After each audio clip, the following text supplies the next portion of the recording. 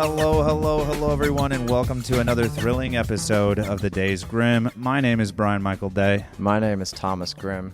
Thomas, where are we? Who's joining us today? Joining us today is someone we met almost a year ago at the premiere of Sack Race with Knives. Almost pretty close to exactly a year ago. The artist himself has stated that the biggest part of the creativity, if not all, is good problem solving. Making use of resources around them. Kevin Titzer. The man. What's up, sir? Hey, thanks for having me. Fellow West Sider, I believe. West Sider now. West Sider now, not always a West Sider. Yeah, and we're going to get into that. Okay. But fair enough. I thought it was what's the serendipitous is the term I think I'm looking for, because we had met at the Sack Race with Knives film. And we watched the premiere, when we saw it was at a planetarium, which was just a cool experience. So cool, dude. Like, super sick. But we stopped and chatted for a little bit after with Jordan Barclay and I believe Thomas there? Or was it just Thomas Jordan? Bernard wasn't there, though. He wasn't there, but Barclay was there, and everything was. You were super awesome. And I was like, man, we got to link up. I'd love to get you on the podcast. I want to talk about this stuff, and then you were kind enough to invite me over, and we sat and chatted, and you walked me through your workshop, which is super awesome. But it just so happened to be he lives like 3 minutes away from me. I was like, dude, this is so perfect. But anyways, so welcome to the Days Grimm, and we are currently shooting in the Jasper. I don't want to get it wrong. What's the proper name of this establishment? Jasper Arts is fine. Jasper Arts. I know some people might think this is a Rick Rubin episode, but it's not. I don't get that reference. Rick Rubin's podcasts are pretty set up, artsy look. Oh, like very super, open. Yeah. Okay. But we have your latest piece behind us, but before we dive into this, we wanted to know a little more about Kevin. So I'll do my best. Were you born in Evansville? Born in Evansville, yep. Not on the west side, though. Not on the west side. Okay. Grew up on the north side. Okay, that's like the new west, or I don't know, they're the same. Well, they're pretty close. And then I went away for a long time and came back, and then my wife and I bought a house on the west side, so now I am a West Sider. Welcome, brother. Yes. Welcome to the West Side. Welcome to skis, Grippo, and Busch Light, and whatever else is popular on the West Side. Like, were your parents artists or creatives in any way? No. I was the weirdo. In my family. Although my entire family, very blue collar, everyone works with their hands. And, when you grow, I guess any kid growing up, it's like, oh, why am I so different from my family? And you go through your teenage years and I'm adopted. I have to be adopted. Yeah, woe is me. Yeah. Right. But once I became an adult and kind of realized what the skills that I have and use are the exact same as I watched my family use for practical things. I just use them in a different way. Some days I wish I was more proficient with the practical things. But it's all about creative problem solving. And the same creative problem solving that I use to make goofy things like this. My dad was a brick mason all of his adult life. So a lot of creative problem solving goes into that. So I fortunately realized that I was much more similar to my family and my roots than different, and actually learned so much from example growing up. So did the angstiness kind of float away at that point where you were like, oh yeah, this makes sense? You know what I mean? They're creative as well, just in a, you know what I mean? Yes. I think so. It was comforting in a strange way, maybe not strange way. I felt connected, much more connected to my family and my roots. When did you have that realization? late high school before you went to college, or? Probably mid-20s. Gotcha. So like already in college. And... Yeah. I wish I would have been a little smarter earlier, but those things come to you when they do. So you went to USI. Did you start as a art major? Technically, I took art classes. So you were not an art major? I have a Bachelor of Science. Nice, dude. Me too. Yeah. Sick. So, before I graduated from high school, I actually did get into the Art Academy of Cincinnati, which I was super stoked about, right? First, neither one of my parents went to college, so I pretty much, was on my own to do all the paperwork and everything, and I'm all proud. Hey, Dad, breaking the mold. Yeah. He took one look at how much a private art academy was going to be, and I was quickly going to USI. And that was Cincinnati Art, or what was it? Art Academy of Cincinnati. Art Academy of Cincinnati. And, so shout out to the. So it's a private school. Yeah. Yikes. And at the time, I wasn't happy about it, but once I graduated without student debt, I was like, oh my God, you just gave me a huge gift. Yeah, thank you for the leg up. So when you were at USI, you weren't an art major, but like, did you have like a mentor or somebody that influenced your art early on at USI? Because you weren't always doing beautiful. No. USI was great, and the faculty, who everyone that I had are now gone. Some of them literally. Like they're no longer with us. Right. Okay. My wood professor, John McNaughton, was instrumental in recommending me to my first gallery in Louisville. And that kind of kickstarted the entire thing. Wild. I never looked back. He's passed. He was a huge influence.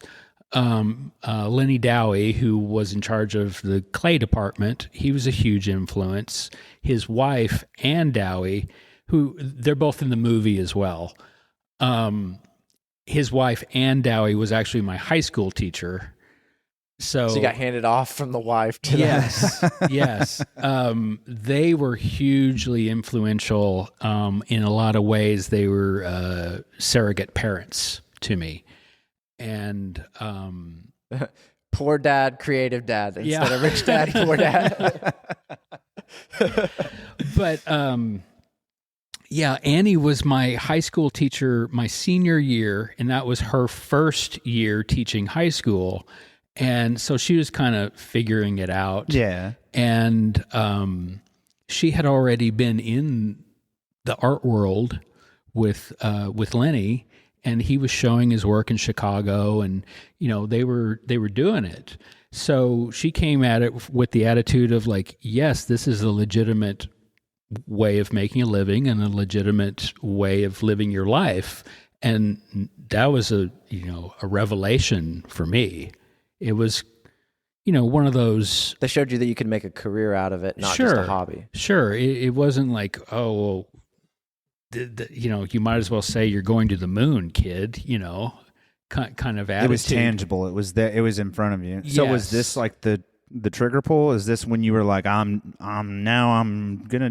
doing this, or was there another point? No, that was it. I don't think I ever, I always made things.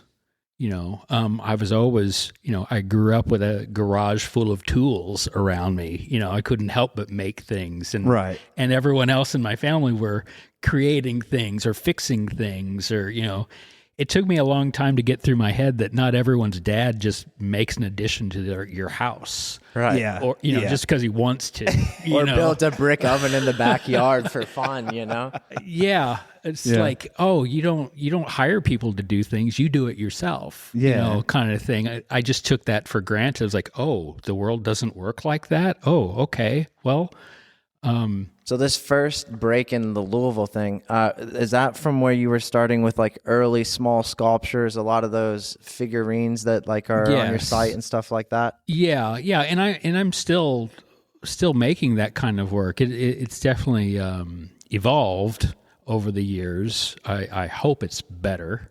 Well, it's cool because you use multiple material. It's not just like wood whittling, like you mentioned, like ceramics and pottery, and then you're also using like, I think one of them I saw had just like a bunch of old scissors or like metal that you made a beard out of, and I'll pull several of these on screen throughout the episode. For People, but I mean they're so unique, and you don't really see anything like it. It was so funny, Tom. I really wish he would have been there the day that you were kind enough to invite us over. I forget what he was doing. I think you had like a Dungeons and Dragons thing to go to or something. Never played it, but sounds good. but it was so cool seeing your workshop, and you walked me in. You prefaced with something. I don't remember what it was, but it was like a warning or something. And we walk in, and there's just all these dolls, and like it was super, super cool. You had a partially put together piece in there, and it was just really, really neat to see. Like the dolls is what sticks out in my memory. You have so many different, I don't know the word I'm looking like for, versatility? But different builds, I guess. Like they're sure.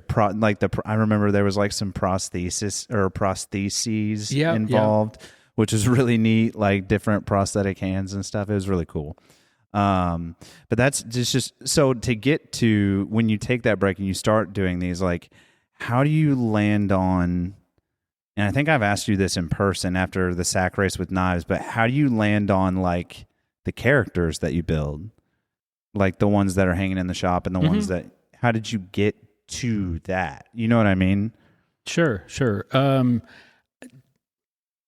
I tried lots of different things, when I was in school, and I kept circling back to, I have a hard time being interested in making anything that doesn't have a face, and I don't know where that comes from. I've got a thing with teeth too.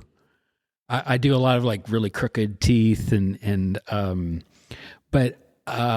Yeah, that was in Sack Race with Knives. There was one in there, or is it the thumbnail for Sack Race with Knives? He's got like jaggedy teeth. I can't remember. So the origin story of the figurative stuff. Yeah. Okay, I've told this story before, but this is where it all started. And I'm very curious. Well, it's when I was in school, and it comes from pure laziness. Okay, let's hear it. So I was taking a wood class from John McNaughton, I mentioned, and a clay class from Lenny Dowie, and I had 2 finals. And I thought, what can I do? One project that will count for both of my finals. So I made a bunch of clay heads, and I made a bunch of wooden bodies, and I put them together, and I got away with it. I turned in the one project for both finals, and I got away with it. And then I was like, hey, I need to make more of these. Can I ask, how did they grade you on both of them? Oh, I totally sailed through. It was great. Did anybody ever approach you with these figurines and like ask to do any stop motion or anything like that? Yes, people have asked me about it, but that's a whole other can of worms. Because you're going to have to, I imagine you'd have to make the joints articulating, but then... Oh, that's not the problem. I could build puppets for other people to animate. Okay. But doing the camera, there's way too much math. There's way too much. It takes way too much time. I'm actually glad you brought this up, Tom. Are you a stop motion fan? I am. Because your art speaks to that clearly. Like it has that kind of vibe of like, these are the puppets, or these are the faces, or these are the heads we're going to use in the stop motion film. It's it's actually, I think we mentioned that during the Sack Race with Knives. Is kind of sure. So after Louisville, how many other of these small installations do before you do something massive like behind us? These big immersive installations. Well, so I do the gallery work. So I did my first gallery show in 97. So that's how long I've been active.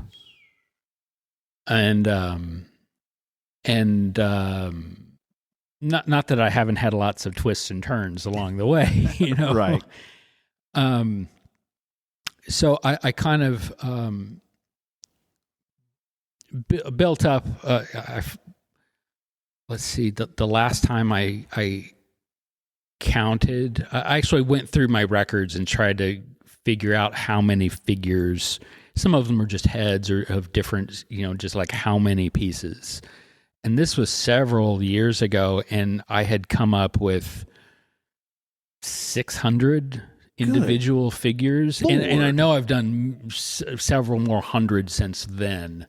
Good night. But I've made a lot of them. And now that you mentioned 97, that was your first installation. No. That I wasn't doing installation work. I was only doing small figurative pieces for galleries. That was your gallery work. And this is just one piece in a gallery, not like a whole room like we're in now dedicated to your piece, right? No, that would, in 97, I did my first show. Gotcha. Okay. And we mentioned this with Cooper when it comes to like displaying your art and setting up the vibe of the room, if you want to call it. How much were you involved with that in the early years of like this is like a blank room and your piece draws all the attention, right? Like how? No, the early days it was more of just making individual pieces and they would be put on the walls, and they put them up for you, and you didn't do anything with like the aesthetics of the room or the lighting or anything. No, you didn't put like not a bunch so of wood.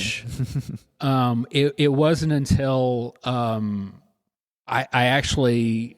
I lived in Canada for 10 years. Nice. What took you to Canada? If you, the oldest reason in the world, I followed a woman. I thought he was going to say maple syrup. Okay, so was that woman your wife? No. No. Okay. So that was a whole other life that has since. But so how hard is it? How hard is it to establish a name here in the Midwest as an artist, and then just to pack up and move to another country and reestablish yourself? I'm sure it's different for everyone, but it brought everything to a screeching halt for me. Was it almost like starting anew, like completely? Yes. Here's my name and here's my work. Like you just have blank resume, essentially. That was my experience. Okay. So what'd you do until you were able to get your footing and? I luckily got hooked up with a gallery up there, and they were very good to me, and they really took my path in a whole new direction, and the installation work would not have happened if I wouldn't have been in that situation. Can you expand on that a little bit about how did they kind of nudge you in the installation direction? Well, they didn't necessarily nudge me in that direction. It was circumstance. So I'll give you the Cliff Note version. Okay, gotcha. Please. So, because I don't want to get in the weeds. So I'm living in Canada. There's a small gallery. I'm living in the middle of nowhere. I'm not in Montreal. I'm 5 hours north of Montreal. Okay. In the middle of You're nowhere. In the bush. I'm up there. Yeah. You can go further, but I was pretty far up there. And so I'm trying to figure my stuff out and everything. And this very small gallery, local gallery, likes what I'm doing and offers me a show. And I'm kind of like, what do I want to do? 1 second. We good over here, Tom? No, I understand. I'll back up a little bit. Yeah, so you're north, not quite in the bush. You can get deeper, right? But you're north a ways, right? So this small gallery is interested in my work, and I'm kind of like, what do I really want to do this? And I talked myself into it, just saying, well, I like deadlines. It's a good excuse to make a body of work. So I do a body of work, show it in this very tiny gallery.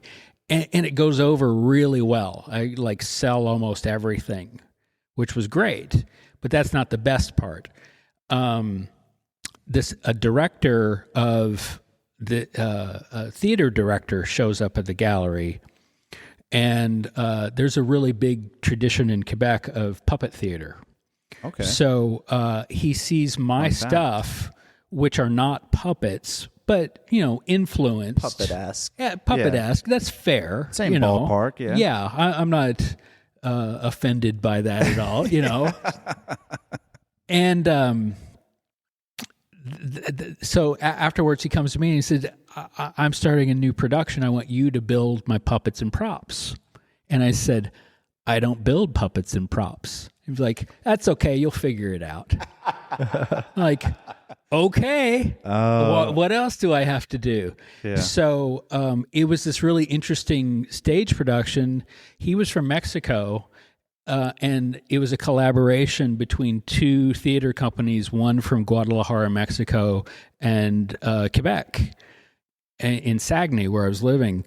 And I was the only American. So it was French, Spanish, and English all swirled together. You guys got the whole North American continent just really getting after it. Yes, unity. Nice, dude. Nice. So I work on this production. I've never done theater stuff before. It's like this amazing opportunity. I got paid to do it. I spent a year on this thing, building stuff for them. I got to do things that I'd never built before. Got to go on tour in France with them. And golly. And then the director also runs a puppet festival in Guadalajara, and he said, well, we're going to also premiere it in Mexico. Your job is over because you've built everything. Right. Why don't you come to the festival and do an art show? I'm like, oh, okay, that's cool. Right. And I said, but I don't have any work because I've been working for you for a year. Dude, I'm all tapped out right now. Yeah, exactly. And he was like, oh, that's okay. That's okay. Just come down a month in advance. You'll make something. This guy seems very nonchalant. Yes. He's like, you're fine. You'll be okay. Just You'll figure it out. Sometimes you need that energy. No stress. It's fine. Yeah. So he was like, it'll be fine, So I go down there, but that kind of thing can also bite you on the ass. 100%. So I literally show up at the airport, and the people who are helping to run the festival, they literally pull me aside. I've got my bags, and they're like, well, we told you had 4 weeks. You actually have 2 weeks. And is this where that 2-week deadline has stuck with you ever Yes. since? So Guadalajara birthed the 2-week ingestation, whatever, period. Well, and they take me into a space that's about the same size as this, and it's empty. Yeah. And I have 2 weeks before this festival starts. So I'm like, oh my God, what am I going to do? So I got nothing. So I'm going to go out on the streets and start pulling stuff, and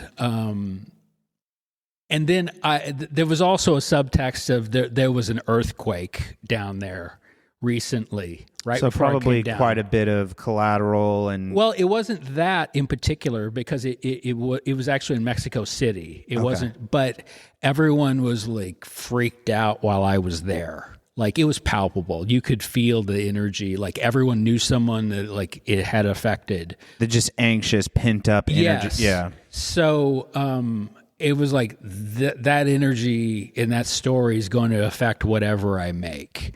So I made this house structure, and it was, it was this 2-week fever dream of just first thought, best thought. I have no time. I'm freaking out. Just go. Yeah. And it was, I had spent 20 plus years doing studio work, the little tiny fastidious work. And now I'm just by default, and it's this room size house. And is this the first time you used reclaimed materials? Or? No. I've always used reclaimed materials, but I've never used. I had never made something that big. Right. And roughly, I mean, not exact, but rough dimensions. I mean, how large was this thing that you built in 2 weeks? Like 20 by 10, like 15 by 15? Right, 15 by 20, yeah. And you did that in 2 weeks. The size of the Unabomber's shack. I love that reference. That fits our show and our crowd very much. Did you include any Easter eggs in the very first big one? Yes, yeah. There were my figures kind of tucked in. Same with like sack race with knives. Yes. So it was kind of like a transitional kind of thing. So, and at the time it was, let's just say,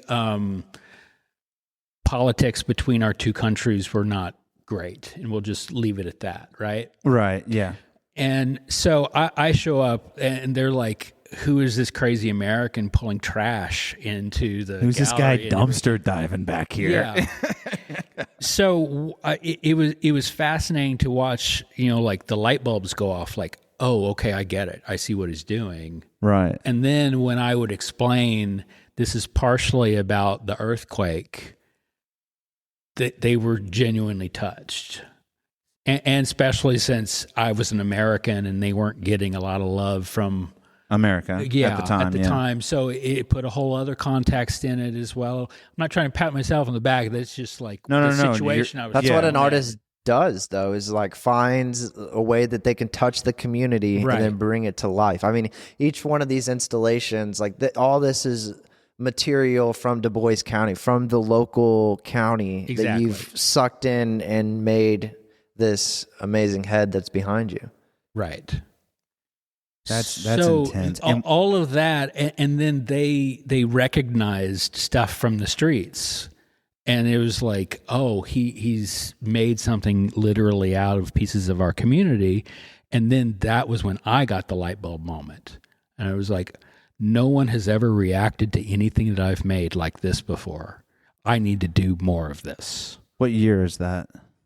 That like 2001 or something?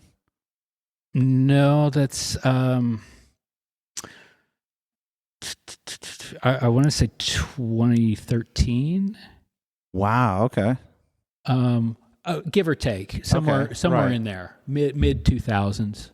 Okay. So you get a fire in your belly after doing this, and that you come back to the States, or you go to Canada? No, there? I was still living in Canada. Okay. And then I kind of had the revelation, oh, okay, if I travel different places, I'll find different things every time. You didn't come back to Canada and immediately pop one up in this little bitty town?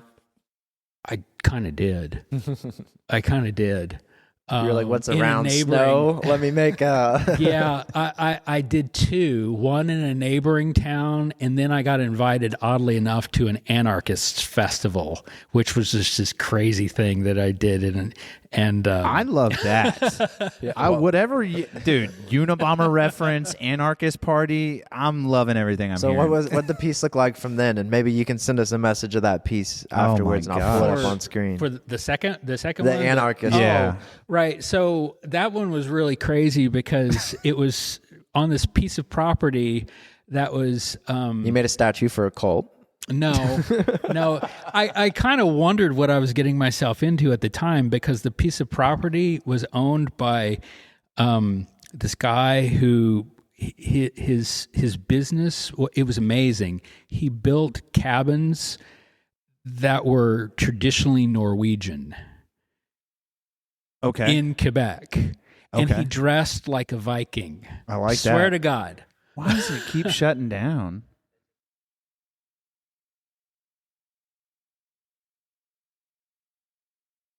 Help it breathe a little bit. Do we need to just move that light entirely? It's never overheated like this before. What the hell? I'm so sorry, Kevin. Staying on top of it and turning it on and off every I'm time checking it goes periodically as well. Yeah. I'm so sorry. Okay, so back to the anarchist. on. These Norwegian cabinets. Yeah, the guy's property, he's building these Norwegian cabins, and he dresses like a Viking? Yeah, all the time. It's like his That's deal. just his regular attire. Yeah. So it was up on this mountain, And, it's this very political thing. And I was supposed to, my original idea was, okay, I'm going to build this thing. I'm just going to burn it. I've always wanted to do that. And but that fits. It totally fits. But then there was a fire hazard, during it. And I go up on this top of this mountain and the wind is just whipping. And I'm like, oh no, screw doing the fire. I got to work with the wind. So I worked vertical, and the top of it has all these flags and spinners and different things, and the whole structure sways in the wind and everything. And on the inside had like chimes and different. So it was like this whole sensorial experience. But yeah, that's one of them I did in Quebec. That's ingenious, because like you were just saying, I would agree with you. I'm gonna build this thing, and then I just I'm gonna want have this them, Viking guy shoot a flaming arrow. yeah, at it. and you know what I mean, like set it ablaze. That would be the most anarchist Right. thing ever. But then you go up to an elevated point, and you're like, oh, the wind is like, it almost like spoke Yeah. to you. So these really, it's me reacting to the situation, reacting to whatever. I never know what kind of materials are going to be available to me, so it's always very improvisational. That is insane. So that does you've this been doing Norwegian guy take you to Norway after? No, I got myself to Norway. So after Canada, where do you travel to next? Because you've been all over. Well, I've been to a few places. I mean, there's I saw like what on your website you have like, was Vietnam on there or Thailand? No, Thailand. Thailand was Okay, on yeah. there. Norway, was it Switzerland? No. Germany. Yeah, and you're referencing KevinTitzer.com, right? Yes. And on the CV. You do have quite the extensive list, by the way, of... Well, I thanks. There's always someone who's done more, though. Well, your work definitely stands out. And now that we're on to the actual part in your life where you start doing these installments, I want to talk about the elephant in the room. This guy. Yeah. I mean, this monstrosity. Indeed. Yeah, I just started, this is the second of, it will be an ongoing series now. I worked my way through the house structures. I think I've done six or seven. I'd have to look. But in January, I got an opportunity to do a residency at a place called Highway Sanctuary, and it's run by this artist. He goes by he does work under the name Shrine, and amazing work. And he bought a 5-acre parcel of land out in Yucca Valley in the Mojave Desert, and he started. He spent a lot of years doing like Burning Man and festivals and different stuff like that. And he had all these pieces that he needed to store. So he bought this piece of property to store his own stuff. And after a while, he thought, well, I think I'm going to start inviting other artists to make permanent pieces for the property. And so I was lucky enough to get an opportunity to go out and do something out on the property. And originally, I had planned to do a ship, like a boat. Do a boat. Yeah, I was like, I was already like, I don't want to do a house. I want to do something else. Maybe I'll do a ship out in the desert. Something ironic. And when I was flying out there, it didn't sit right with me. So I thought, The boat. yeah, I thought maybe I'll make a giant head inside a boat. Yes, that's the idea. This is wild. Like Yeah. how you're, dude, what I would pay to just spend like a second in your brain. I just, Well, like, hold on, I'm going to do a cat inside of a head inside of a boat. Well, it gets more interesting because I had told another person who's involved with their organization. They had asked me, well, we're hiring you to come out here. What are you going to make?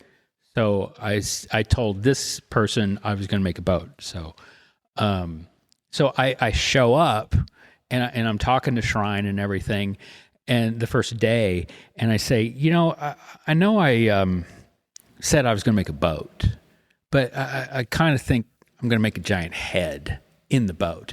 And he went, "Oh my God, really? I was just waiting for you to stop. I was waiting for you to finish your thought because I was going to tell you last night I had a dream that you were going to build a giant head." That's crazy. I can't wait to see what you make. He had a dream that you built the head. Yeah. So I had to make a giant head. At that point, my hands were tied. That is, again, second use of serendipity on this podcast, and I'm proud of it. I'm here for it. Wow. He was stoked. He was like, What "It's are the fate. odds? It's fate. You got to make the giant head." I did want to make like an interjection here of like, what's it feel like? This is the first place that like your art stayed at. You haven't had to tear down afterwards, right? The one in California, right? Yes. So like we skipped over like, what's it feel like to spend 2 weeks of just like nonstop eat, sleep, breathing, gathering materials, making this, and then having to tear it down after 2 months of it being in a gallery? Yeah, I is that don't heartbreaking? have any problem with it. Really? Has anybody offered to buy like a massive head like this? No, but I would surely welcome it. How would that so that is feasible? Somebody, if I know a guy and I say, "Hey, there's a 20-foot tall head that you can buy."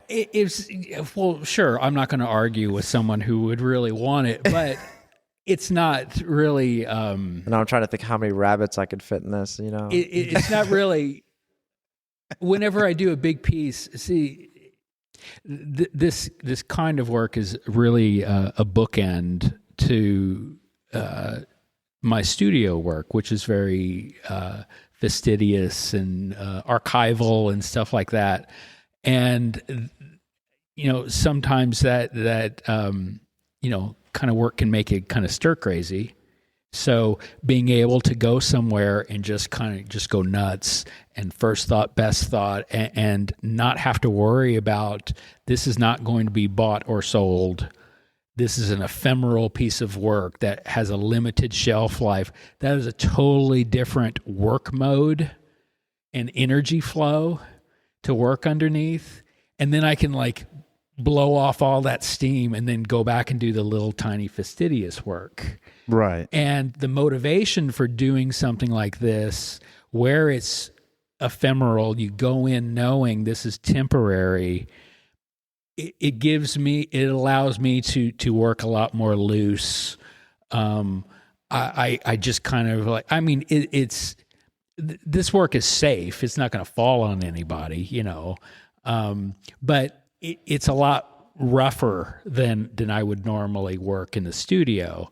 And I like the idea of, I typically use an analogy of like going to see a band. You can go see a band, and even if you've heard the music before or the song that they're playing, they may play a song that it really captures that moment. It's like they're getting a lot of energy from the crowd or Absolutely, whatever. yeah. They caught Absolutely. the magic that night. Yeah. And you were there. You were in that one crowd at that one time, and you experienced it, and then it went away, and you leave. Only the people in that room have that memory to take it's like away with a them. more meaningful memory. Yeah. I would hope so. Yeah. So, and I'm not trying to, boost my own work up, but it's like that. That's, Oh, stop. Your work is phenomenal, brother. but Jeez Louise. that's an aspiration. No, Like, yeah, and I think to give people a moment. that's an excellent way to look at it. And then also, it was funny when you were talking about it being like having expiration, like having that expiration. The first thought I had was it's almost like a being that you've birthed, you've watched grow, you've helped grow it, you've put it on display, you've shown the world this child or this adult or whatever, this being, and then it comes to termination, and you're there for that too. It's kind of a weird, dark, that's where my brain goes. I don't know. I'm in a dark headspace, I guess, but... So do you have like a number for how many heads you'll produce? Well, there's the ideal, but we'll see what reality brings. Have you been me. to Easter Island? Is that the one with all the concrete heads? Yeah, it's Easter. I Island. haven't, but it's definitely like a bucket list type of thing. Okay. For me. You gotta Go go there, there. take You gotta some go notes. there. Yeah. You gotta go there now and build one of your heads. See if you can. That would be the ultimate. That would be Yeah. pretty sweet if you made like one of these that emulated one of those with like the big nose and the big dude. God, that's great. So, but you did say this is an installation, or not an installation, a story, right? I forget the exact phrasing. I think used. it'll be a series. A series. And, there's. I kind of started a narrative with the very first one Okay. that is going to thread through all of them as they get going. Can we cover the series of what you're trying to capture from like What's your core? What's your foundation? You just basically said you found a backbone or the spine or the brain or whatever you want to call it behind the heads that every piece of it built from. Are you gonna disclose that, or is that just like a artist's secret? I tend to frustrate people when they ask me questions like that. You're like, hey, it's an Easter egg. Figure it out after 4 of them. all right, we'll just pretend like you didn't ask that question. Right. No. Well, it's like with my small studio work, it's a natural question. People want to know, well, what are you trying to say, or what were you thinking, or all those kind of questions, which is just curiosity. And I frustrate people because I never tell them, because legitimately it's not important to me. I do have a rationale for, I don't just make things randomly. I do have a rationale for why I'm making something, and either it's me working out something in my head or something else going on in my life, or a viewpoint about what's going on in the world or something like that. But to me, that's irrelevant to viewing the art. If I were to say this is what was going on in my life when I was making it, and this is the stuff that I was working out, then that is the only thing that piece will ever be. They don't have, you're not giving people their own creative interpretation of the art. No, and particularly when I'm making studio work, that's work to be bought and put in someone's house. It's made to be lived with. Right. So I would rather, in a way, I'm like stealing the opportunity for you to look at that every day and create your own story. And I find that, I did this with my tattoos, where I just went in there and picked them off the wall, and somebody, what's that tattoo mean? I just made the story up on the spot, and then somebody else would ask, what's that tattoo mean? Completely different story on the spot. but it is, I see what you're saying. Like you would almost, you leave it into their interpretation, which. And some people think that's a cop-out. No. I related a lot to, we spoke briefly before recording about I Am Cooper. Love the guy to death. So great. He's had similar responses when I've asked about certain, like a certain piece in particular he had showed me or whatever. And he's like, essentially in short has given me that exact kind of answer. It's like, well, it's not really up to me. It's up to, Joe Blow or whoever's going to buy this. But yeah, and if I may, when I look at all of your works so far, minus the figurines, like the 2 installations I've been to now or have seen, like nostalgic. And I don't know if you get that often, but that's what it brings to me, like right. child in the 90s, 80s kind of like. Yeah, I think a person would be hard pressed to use rusty materials, old materials, and it not have some sense of nostalgia. Yeah. So I've got to own that. But even the way the faces are formed, or the other installation was more of like a home type of piece, but like this one reminds me of like characters I've seen in like films from when I was a child. Like they just kind of remind me of like the stop motion type of Disney films and stuff I kind of grew up with. You ever keep just like one little piece from several art installations? I do. Do you? What is the story behind that? Such a good question. I don't know. Sometimes I don't know if it's just keeping a memento because I know it's going away. Okay. And it's a little reminder. There's certain elements that I just have a connection to. It's like, and it's, I don't know, the sack race with knives piece. Loved it. I mean, I mentioned in the movie, if I could save anything, I would save all these. There was a lot of garage sale signs, like handwritten. They were wonderful. I did.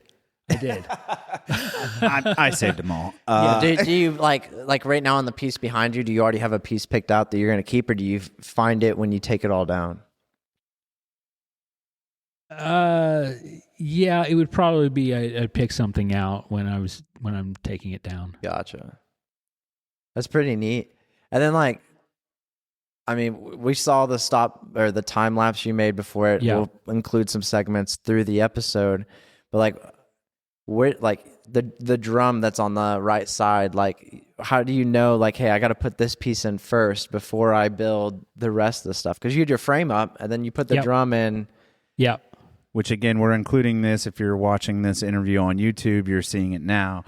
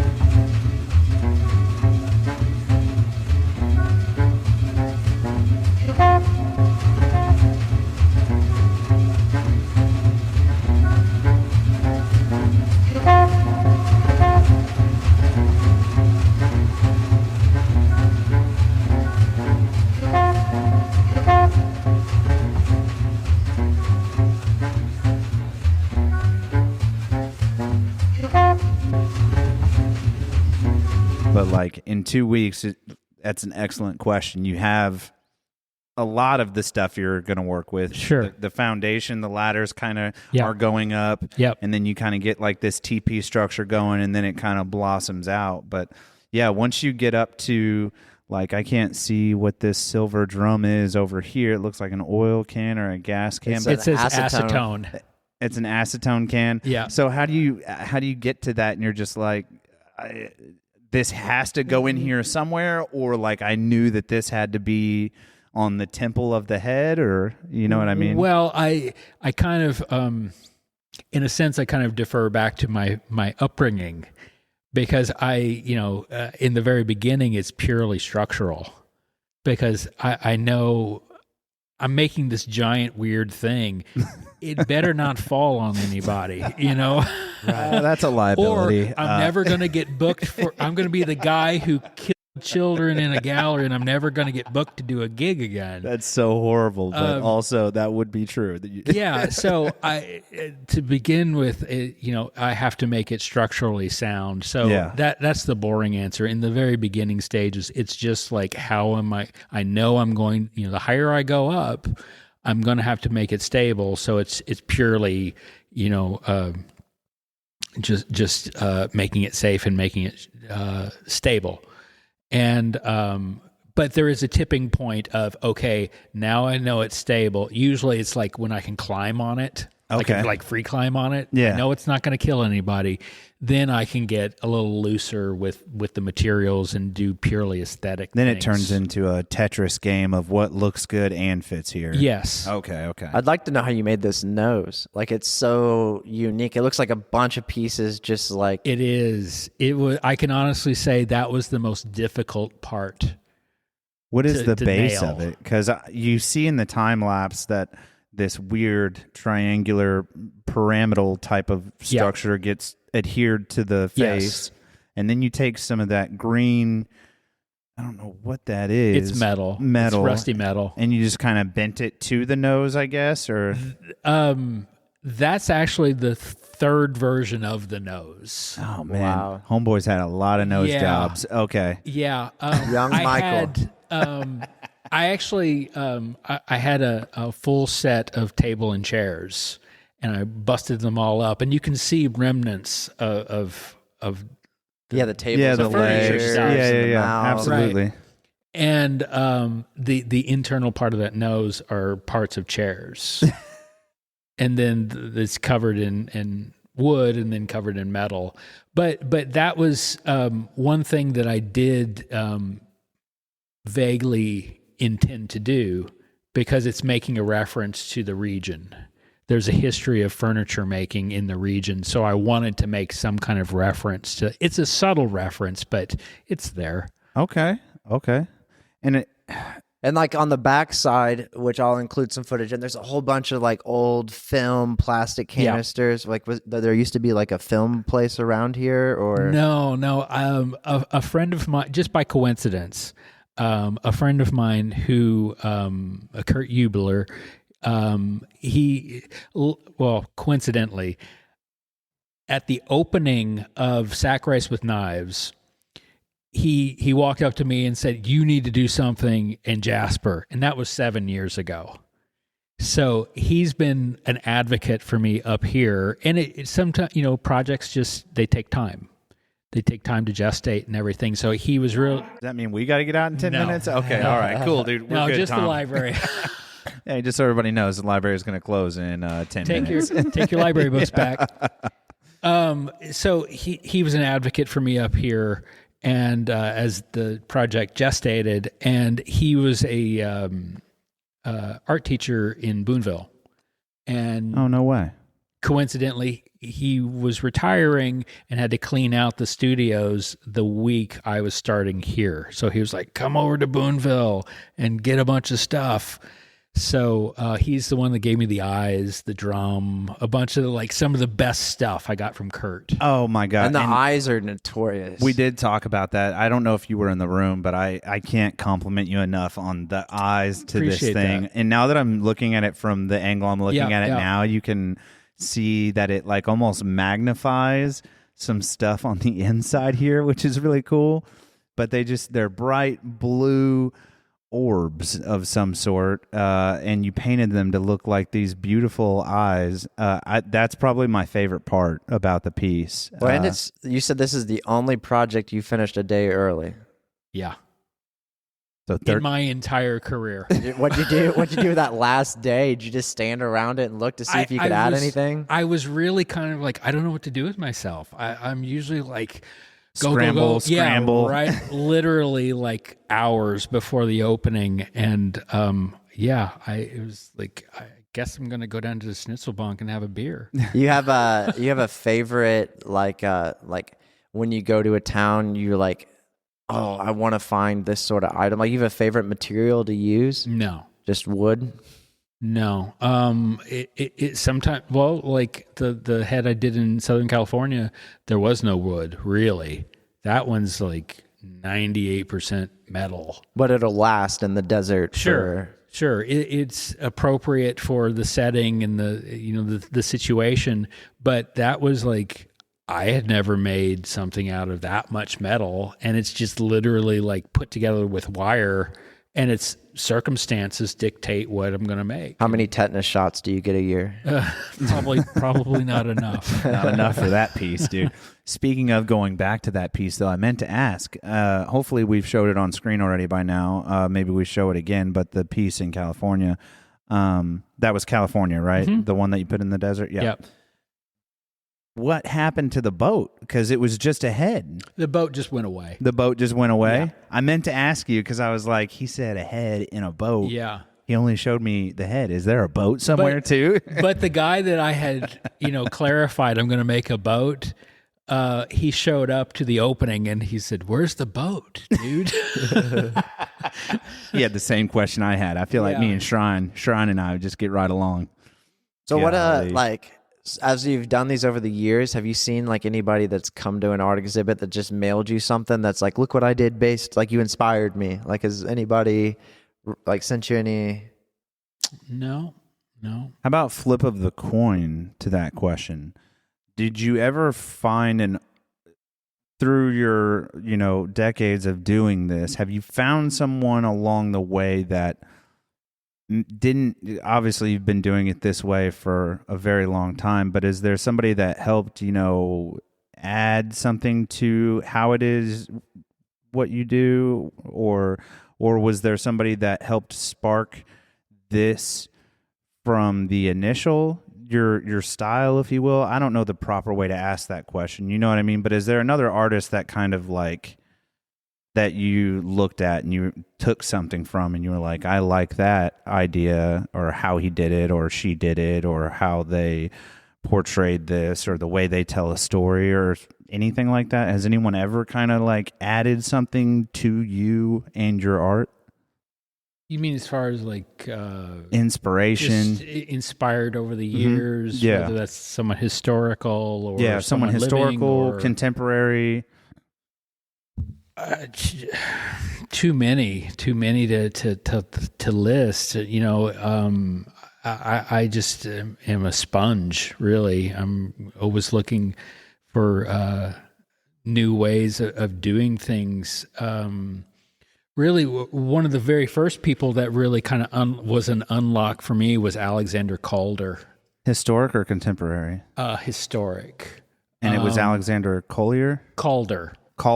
Most people know him for the Mobile. Like in a bassinet? Well, or like in a that's the funny thing. He actually invented the Mobile. Made it. Yes. Okay. Yes. He was just like, babies need something to look at. Well,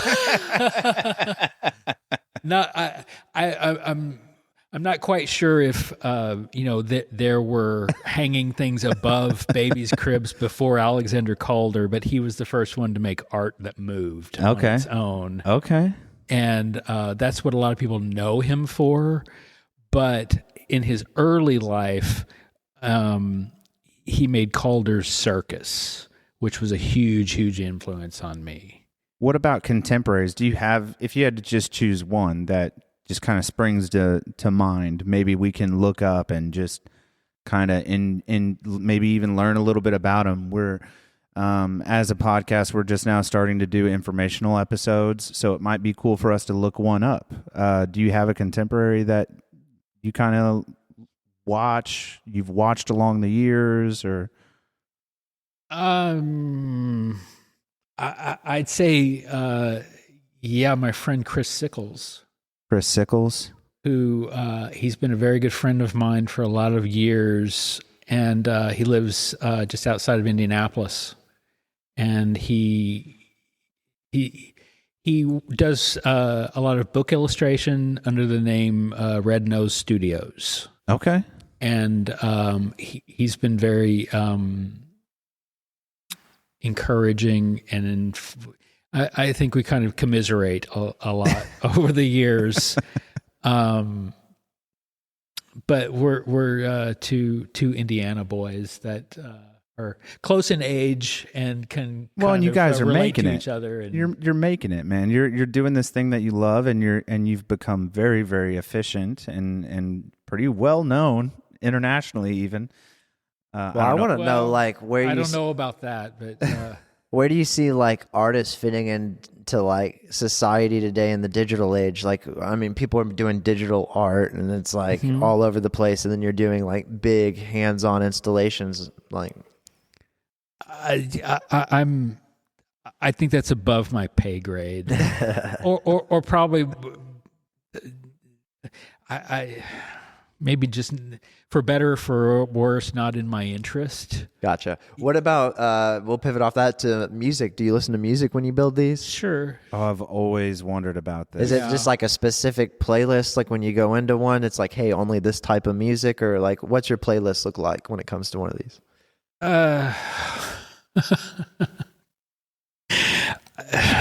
God, I don't know. I really don't know. I don't have a good answer for that one, because as soon as someone says, "Hey, what kind of music are you listening to?" my mind goes instantly blank. Really? Are you kind of like a anything kind of guy, old stuff and new stuff, and it doesn't? Yeah, it's kind of like music is used to get your mind where it needs to be for the immediate Absolutely. task. So if I'm doing really tedious, repetitive work, it may be something very mellow.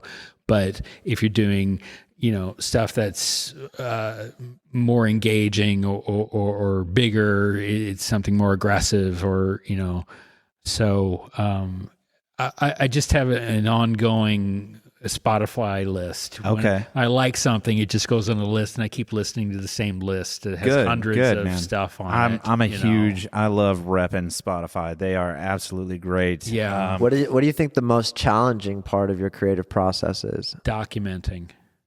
Explain that a little bit. What do you mean? Without a doubt, documenting. Because, Just like actually like filming and photographing these things? Yeah, because I'm not a photographer.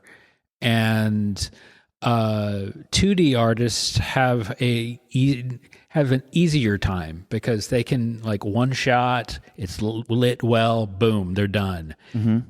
I make things in the round.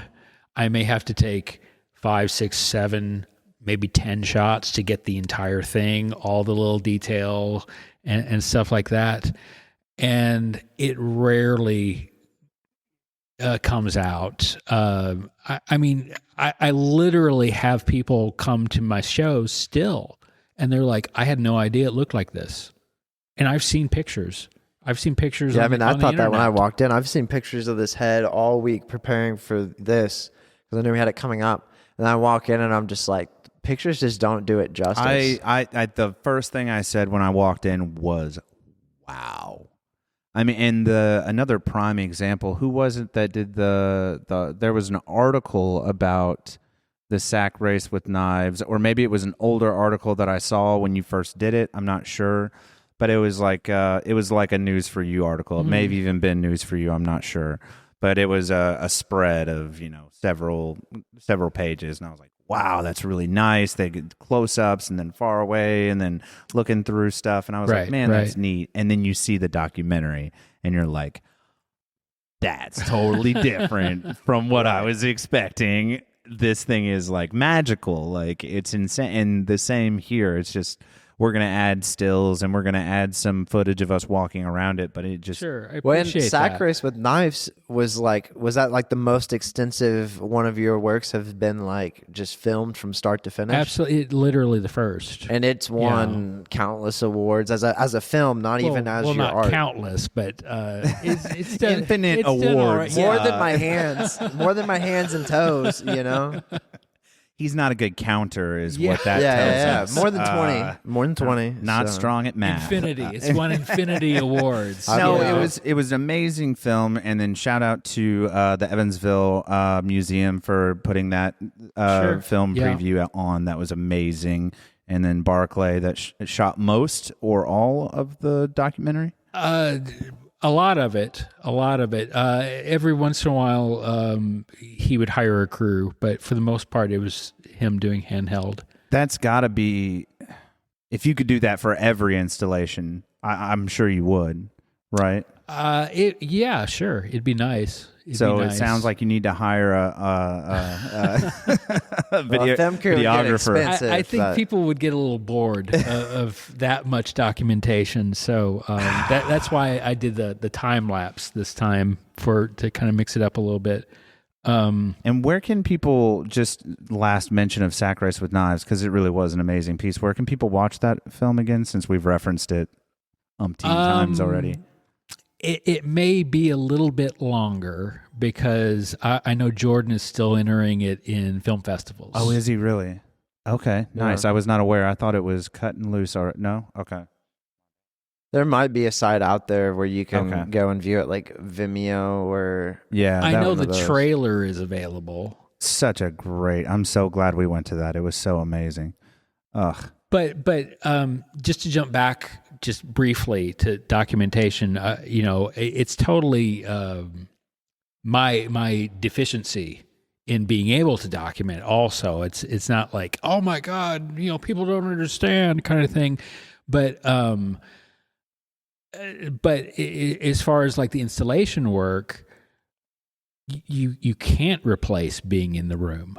No. I mean, that's just a sensation. You have to be there to know.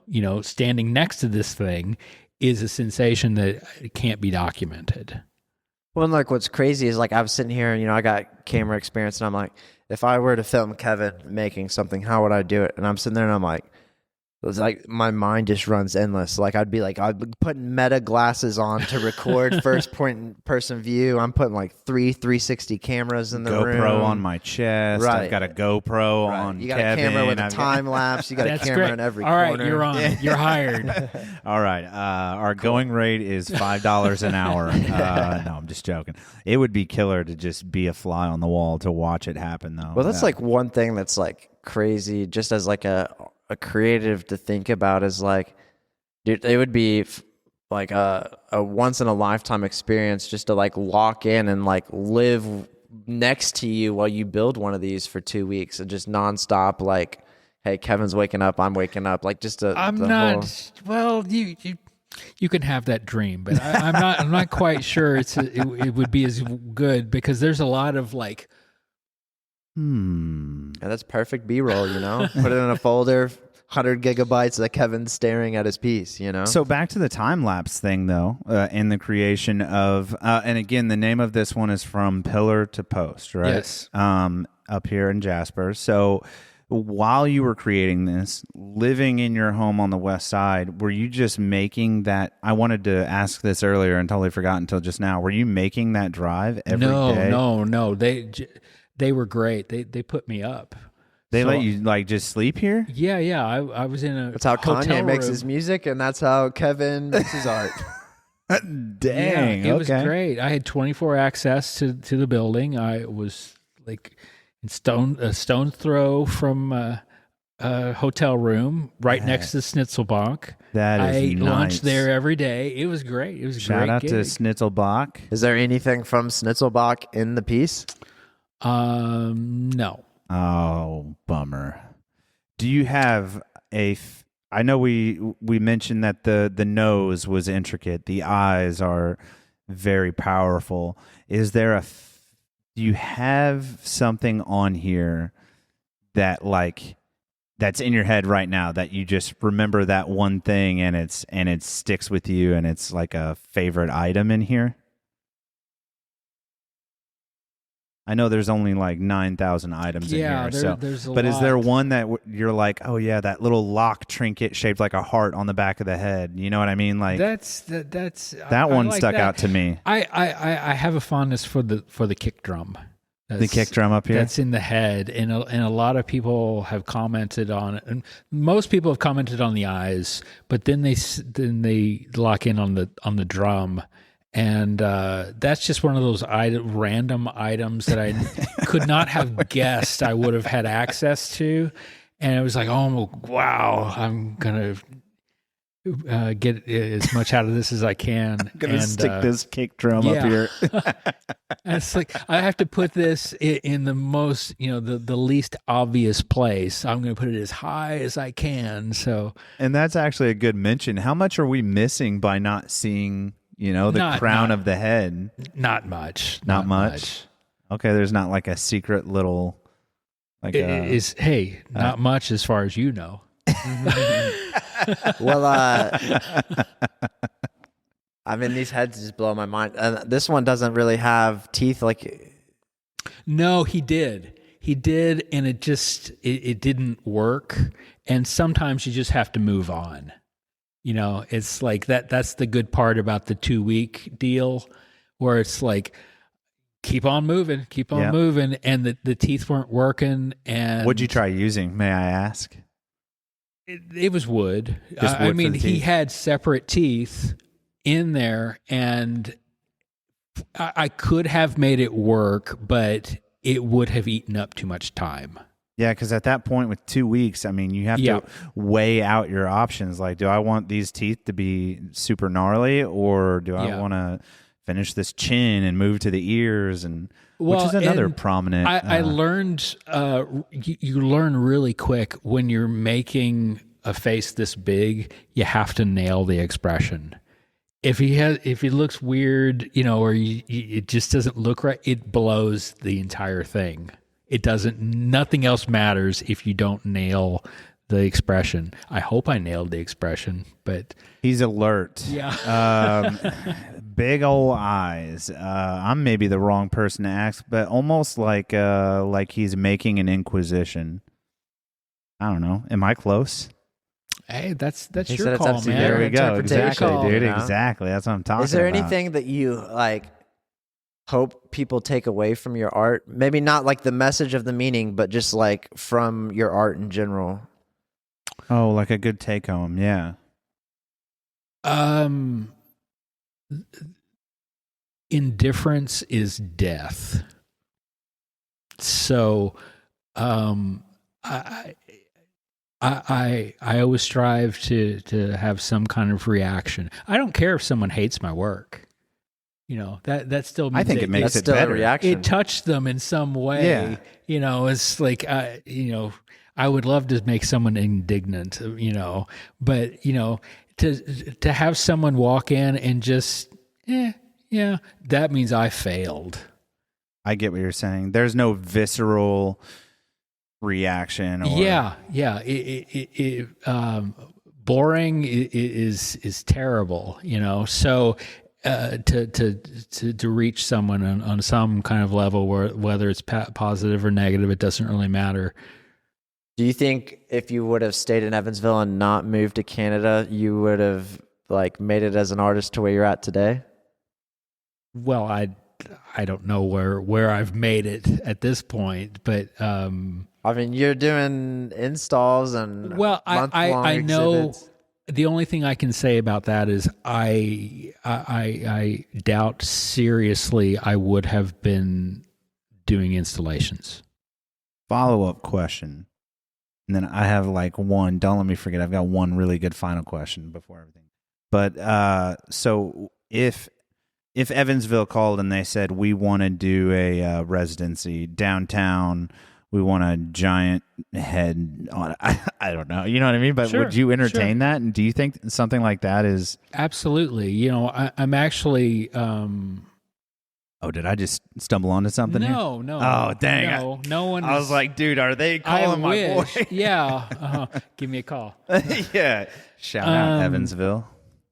No, to be working this long, it's best to diversify as much as possible, because it's not an easy gig. It's like I'm not burning the world down. I'm not making a ton of money. I do fine. I pay my mortgage. I'm doing fine. But you can't. You have to have several plates spinning to make it work, and that's why also doing the gallery work is one source. And doing this kind of stuff is another source. You get hired to do this kind of stuff. Absolutely. The gallery stuff, that's all spec work. It's all speculation. You never know if you're going to sell anything. out or sell nothing. Yes, or sell anything. You can't, there's so many reasons why to give someone not to buy a piece of art, kind of thing. But another avenue that I'm trying to pursue is doing more of the permanent stuff. More like what we did and what we've seen in California. Leaving your legacy. That's like what's next for Kevin. I don't really care about that. I need to, I've got a family. I need to contribute and everything. I need to have an income and everything, and to have as many different avenues that I can generate. Just adds more ubiquity. Yeah. Was there like a point where you realized that, like as an artist, where you're like, hey, I can't just do art installations, I have to diversify? Was there like a moment that you were just like, I have to experience just hanging in as long as I have, and just having reality smack me in the face many, many times. It's like, just learn to not do this again, like learn what not to do. That's the only thing I've ever, been able to do. Life is good about reminding you, like, hey man, remember this happened a couple years ago? Yes. Here you go. So earlier we jokingly mentioned Easter Island and how that'd be a super cool residency for you. Is there anywhere that like you were like top 5 places you would love to be like have a residency at for a couple months? Again, there's too many. Right now, I'm kind of obsessed with Ireland. I would love to go to Ireland, Limerick in particular. I'm like super into this specific podcast right now, and the guy is based in Limerick. And I'm tell. What is it called? Do you know? The Blind Boy Podcast. podcast. Okay. You familiar with him? How thick's his accent? It's pretty thick.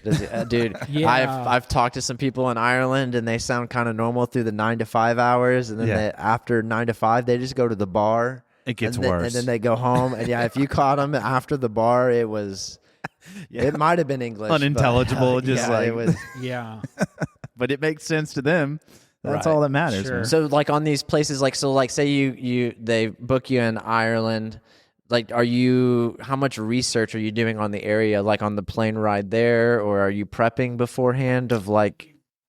So when I blow into a new city, new country or whatever, I don't know where to get materials. So just through the process of asking around and explaining to people who I am and what I'm doing,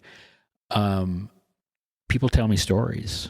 People, when I explain I'm making art out of your community, well, that usually stokes up, local pride. Oh yeah. So they start telling me about their place. Yeah, there's an old furniture factory. You'll find a ton of stuff. Yeah. Yeah. So it's much more satisfying and interesting, and a process of getting those stories firsthand from locals than sitting on the internet, reading about this place. I wonder if you could send out a flyer to the area and be like, hey, here's a donations box. Oh, no, I made that mistake. Oh, really? Because there's junk. I like working with junk, and there's trash. And you sometimes, like McDonald's wrappers, and somebody's like, wait, I can get rid of an old bed frame without having to take it to the dump. So some people, they don't quite understand what I'm doing. Yeah, the vibe of what I'm looking for. Or it's like, oh, good, I get to clean out my garage and take all my stuff. And it's like, You find like a damn dead raccoon in there. You're like, what am I doing with this? Skin it, make a hat. Yeah, boon it up. Okay, so I have two more questions. The first one, I'm trying to think where I was going with. I'll ask this one. So, from pillar to post, how do we get to that name? Or rather, do any of the names that you've given have some significance, right? They do. Is it improper of me to ask from pillar to post? How did we land on that? No, it's not improper, and it's usually usually the titles are more vibey, Okay. and I like colloquial phrases Okay. a lot. I'm always like throwing out like these antiquated phrases, and my wife is like, "What are you talking about? What does that even mean?" Just pulling shit Yeah. out. Just like And but it's interesting. It's interesting to me. I like language. I like words, and I like old phrases. And from pillar to post, I mean, it has kind of a couple different meanings, but it's kind of like being rushed or hurried or nervous or okay. you've those people. It's like we were in such a rush when we were traveling. We got dragged from pillar to post. That's kind of the context I of gotcha. it. It fits with the 2-week crunch, nonstop, having to eat, sleep, breathe the art. Was there ever a moment in this from pillar to post where, like, you're at the hotel, you just wake up in the middle of the night and you're like, I got to get to the studio, and you just get up and come in here? No, I think those days are gone. So you treat it like a 9 to 5 almost, or like a 6 a.m. to 6 p.m. or whatever. Yeah, You have a I time pretty frame. much have office hours. When around 5 o'clock, I'm done. I'm Tapping done. out. Yeah, you burned through, or most people burn through that kind of stuff in their 20s and 30s, doing all-nighters. And not that I can do it if I absolutely have to, if I have no choice, But for the most part, it has diminishing returns. Yeah, you hear a lot of creatives that are talking about, like, at a certain point, if you're working on a project and you have to sit there and lock in, like, you're losing something versus if you just go and take a nap or come back to it later, you're gonna get more done in that 6 hours instead of having to go back and fix your mistakes. Yes, for sure. I was really bad at when I would push it, I would hurt myself. That's when I would get hurt. I'd get cut or something like that. And then I would be like, okay, now it's time to stop. But if you push yourself so far that you're not paying attention and you get cut, it's like, well, maybe you shouldn't have done that to begin with, but. Is there any advice you would give to an artist out there that wants to get into just making their art more public, like getting out there? I have no advice. I love the honesty, man. I love the honesty. Find your own way, I and I mean that, I'm saying it half jokingly right now, but I do mean that. I have been making this thing up for 30 years. And literally when I started, there was no functional public access to the internet. It was a different time. And I'm not trying to be like, oh, in my day, I'm 53, Yeah. It's like, when I was a kid, we still had, dials. The phone was still on the on the wall and everything. You think the internet changed you as an artist? It changed the business. I think I've been in it long enough where the business has changed about 3 times. And I've had to adapt over the years, and for better or for worse, sometimes better adjustments than others. Oh yeah. And I'm still learning. And by the time you get it figured out, it shifts again. I don't think I'll ever figure it out completely, but that's, I would like to think I'm a lifelong learner, as my wife likes to say as well about herself. I mean, that's the point of life, right? They say you can't teach an old dog new tricks, but that sounds like death. Like if you're not learning or trying to improve something, you've died. Like we got walking zombies all around us. Absolutely. Absolutely. I like the old cliche. If you're the smartest one in the room, you're in the wrong room. You're in the wrong room. Yeah, agreed. And that's kind of a steeple of what we do here at the Days Grimm. Yeah, we're the dumbest in the room. We are always the dumbest in the room. We try to always... I mean that, and it's been true almost everywhere we've gone. And on the opposite, when we aren't the dumbest in the room, it's not a good time. That checks out. Yeah. Not awesome podcast. No, I'm joking. I love all of our guests that we've ever had. They're all phenomenal, and I have a blast every time we do one of these. One and your thing pants we do would like be on fire. What? No. Every time we do one of these interviews, Kevin, I'm sure hopefully you've made it to the end of an interview that you've watched that we've done, where we like to ask, in this journey of art, at any point, was there a moment where you seriously, like truly, genuinely considered throwing in the towel, tapping out, giving up? I'm going to go to carpentry school and do a 9-to-5 or whatever. More importantly, in that moment, what was your motivation that pushed you through and brought the Kevin Titzer that we have before us today? I've had that experience many, many times. Does one stick out?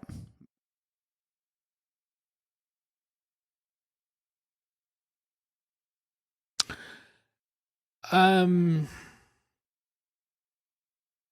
I did the first installation, we'll just keep on theme here. Okay. I remember a specific evening in Mexico where, I said I'd never done that before. And I remember a specific night where I just melted down. I was like, what am I doing? I can't. This is crazy. I don't know what I'm doing. I don't know how I'm going to finish this. Classic like imposter syndrome. I haven't slept. I'm in another country. It's just like, I just melted down. I just melted down completely. And, I remember getting on the phone with the director, the gentleman you met in Canada, yes, who got me down there, and he talked me off the ledge and everything, and I eventually, got it done and everything, but it was a genuine like, I don't know who these people think I am, that they have confidence that I can get this done, but I don't have any confidence that I can get this done right now. And then it turned out being the most amazing experience that I've ever had thus far, making a piece of work, and totally pushed me into a new direction, and has really changed my life direction in a lot of ways. And if I would have just crumbled in that moment and given in to those initial feelings of self-doubt, so many things I would not have happened to me, including including getting married. Oh, to that point. Like, did you ever thank that gentleman for helping you get married, essentially? Yeah. Okay, good deal. I was going to say, when you have those hard moments now, you just think back to the very first installation and it just pulls you through to keep going. I haven't thought of that until this very moment. You actually pulled that memory back out of me. So we actually emphasized that on the way driving up here. I said, I want to drive into some Kevin memories. Did I not say that? Yeah. I said, let's get down to what made Kevin. And I'm glad we pulled that out for you. Hopefully it's a good memory. Yes, absolutely. Absolutely. Because so many things, and that gentleman's name again was? Do you recall? Well, we'll just... Oh, Gotcha. leave it ambiguous. I So, got you. Okay. We'll just let it go. Okay. You don't have anything else on the books for 2025, but what's next for Kevin? Well, I'm got a couple things that are brewing right now that I don't want to mention because they're not completely locked down. But What does that process look like for you trying to find your next gig? Do you have to reach out to all these places and be like, hey? Yeah, I'm a one-man band in that sense. So there's a couple things that I'm pretty sure they're going to happen. They're installations. The only thing that's really locked down completely is I'm doing a gallery show in Sedona. So that's definitely going to happen. Got to see how far away that is from Flagstaff. And then you got to drive up there and go to the Drinking Horn Meadery and tell them I sent you. Okay, I'm on it. They'll send you home with a couple bottles, probably on us, and then we'll get the bill. Yeah. Great. Yep. Family establishment, fermented honey, Viking guy, Norwegian They're area. great. You'll Yeah. like it. They're great. Perfect. Yeah, shout out to those guys, man. You got any closing comments, shout outs, anything you want to mention that wasn't mentioned before we wrap up? I really appreciate you guys taking an interest in what I'm doing. We're It's- huge fans. Thanks. I'm just taking it one day at a time. One day at a time, and I'm really thankful for the life that I have and the family that I have, and life's really good. It's better with you in it. I'll tell you that because I know, I was just thinking, like, man, if I could Kevin get, like, wasn't around, who would be making? I know. No one would be. No one. It's. Well, I'm this just is thinking wild. This I'm is thinking wild. how cool it would be for like one of these places to get like after it's made, like a photo and then like print it on the back of a shirt, or like mini figurines of this would just be like a unique thing to like take with you. Like if We if gotta I get came you and saw making this. T-shirts, Kevin. I need a Kevin Titzer headpiece T-shirt immediately. Tom, let's get on that. We got to make this happen. Okay. You can do my merch. Let's make this happen, dude.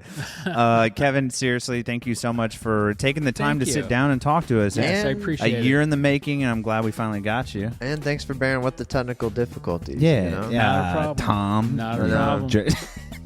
Terrible. Tom's crappy camera. No, it's actually a really nice camera.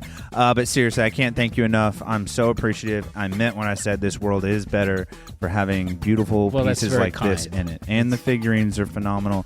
And your future endeavor, your future avenues moving forward, I hope they go just as well, brother. And it's an I'm honor to doing my have best. not only seen your art, but to actually meet the artist and get to know you.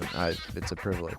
So, folks at home, if you're watching this, I believe by the time this comes out, you may have another week to come out, drive up to Jasper. If you live in Jasper and you're a fan of the show, get on over to the Art Center, take a stop in and check this fella out because it's you can look at it through the podcast, but it's not the same as being here, as we've iterated numerous times.